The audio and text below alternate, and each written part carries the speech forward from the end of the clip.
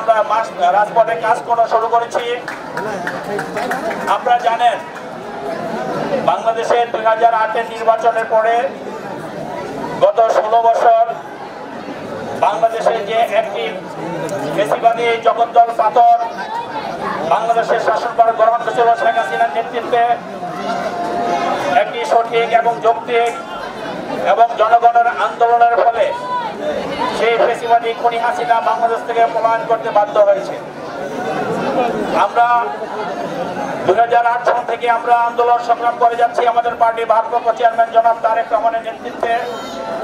আপনি দেখেছেন এই আন্দোলনে আমাদের অনেক নেতাকর্মী আহত হয়েছে, খুন হয়েছে, হত্যার শিকার হয়েছে, শহীদ হয়েছে এবং 60 লক্ষেরও অধিক নেতাকর্মী মামলা খেয়েছে। আমাদের এখানে যারা আছে, সামনে পিছনে এবং স্টেজে যারা আছে, প্রতিটি নেতাকর্মীর নামে 50টা অধিক মামলা আছে।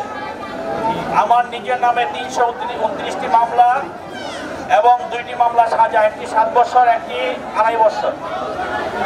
তো আমরা এই যে দীর্ঘ 16টা বছর আমাদের পার্টির ভারপ্রাপ্ত চেয়ারম্যান জনাব তারেক রহমান নেতৃত্বে বাংলাদেশের মানুষ ঐক্যবদ্ধভাবে যে আন্দোলন করেছে, সেই আন্দোলন একদিকে সফল হয়নি। দীর্ঘ 16 বছর লেগেছে সেই আন্দোলন সফল হতে এবং তার পিছনে সবচেয়ে বেশি ভূমিকা ছিল বিএনপির ভারপ্রাপ্ত চেয়ারম্যান জনাব তারেক রহমান এবং তারেক রহমানের নেতৃত্বে বাংলাদেশের মানুষ ঐক্যবদ্ধ হয়েছে। এবং পরবর্তীতে আপনারা যদি দেখেন যে জুলাই আগস্টে যে আন্দোলন হয়েছে, ছাত্র জনতার একটি সফল আন্দোলন, সেই সফল আন্দোলনের পরে খুনি হাসিনা বাংলাদেশ থেকে পালিয়ে গিয়েছে।